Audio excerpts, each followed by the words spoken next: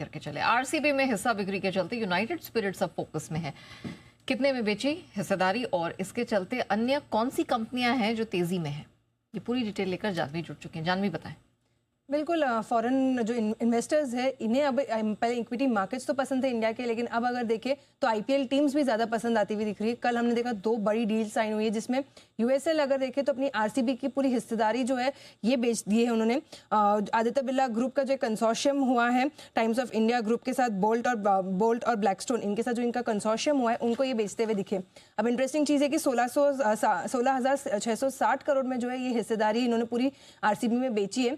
अब 2008 में जब पूरे मार्केट्स को जब दिया गया था तो विजय माल्या ने 446 करोड़ में जो है बेंगलुरु की टीम खरीदी थी, और अब अगर देखें तो लगभग 37 टाइम्स ज़्यादा रिटर्न्स में जो है ये पूरी डील होती हुई दिखी। डिएगो ने जब यूएसएल का अधिग्रहण किया था तब इन्हें पूरी कंट्रोलिंग स्टेक जो है ये मिली थी।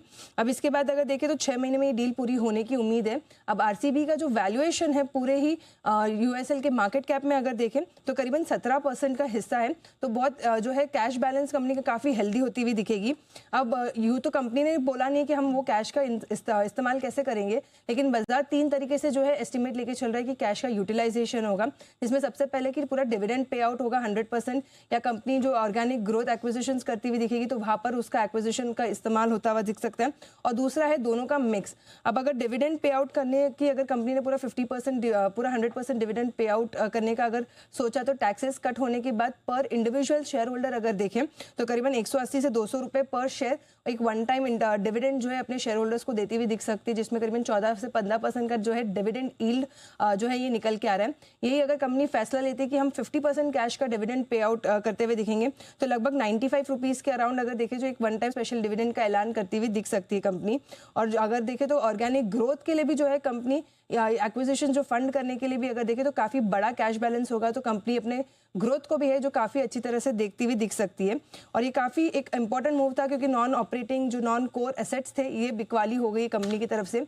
लेकिन ये तो बात हो गई यूएसएल की, ऐसे और 2 लिस्टेड कंपनीज हैं जिनके पास आईपीएल की टीम्स हैं, और जब ये डील फर्स्ट टाइम भी अनाउंस हुई थी और जब बातचीत शुरू हो गई थी तब इन दोनों स्टॉक्स में भी हमने देखा था काफ़ी अच्छा एक्शन आया था, जिसमें सबसे पहले सन टीवी, इसके पास अगर देखें तो इनके पास करीबन सनराइजर्स हैदराबाद का जो है इनकी होल्डिंग है, और सनराइजर्स हैदराबाद की अगर बात करें तो जो टोटल मार्केट कैप है सन टीवी का उसमें 2/3 हिस्सा है, लगभग 65% हिस्सा अगर देखें मार्केट कैप का ये सनराइजर्स हैदराबाद से आता हुआ दिख रहा है।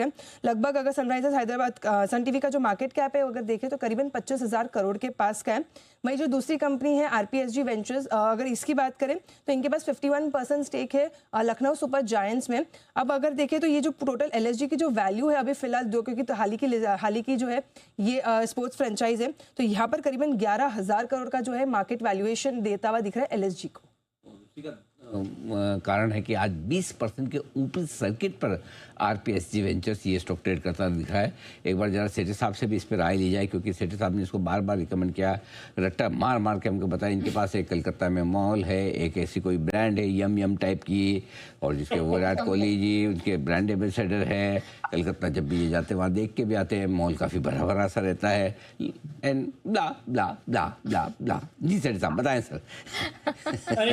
सबसे बड़ा ट्रिगर है वो ये फर्स्ट सोर्स लिमिटेड में 54% हिस्सेदारी रखती है कंपनी। देखो कुछ ना कुछ तो हमारे से रह ही जाएगा, आपके जितना तो याद नहीं रख सकते। देखो सबसे बड़ी वैल्यू उधर से ही आ रही है अनिल जी इसके बाद। और बाकी अब ये जो आईपीएल फ्रेंचाइज का जो सौदा हुआ है अनिल जी, तो इनके पास लखनऊ सुपर जायंट्स है जिसकी वैल्यू भी अभी जैसे बताया गया कि 11,000 करोड़ के ऊपर की है, तो अगर उसका 51% है तो आप समझ सकते हैं कितनी डीपली अंडर वैल्यूड है। और इस स्टॉक की आज मार्केट कैप 20% चलने के बाद भी ये कुछ मेरे ख्याल में 2600, 2500, 2700 करोड़ के आसपास ही होगी।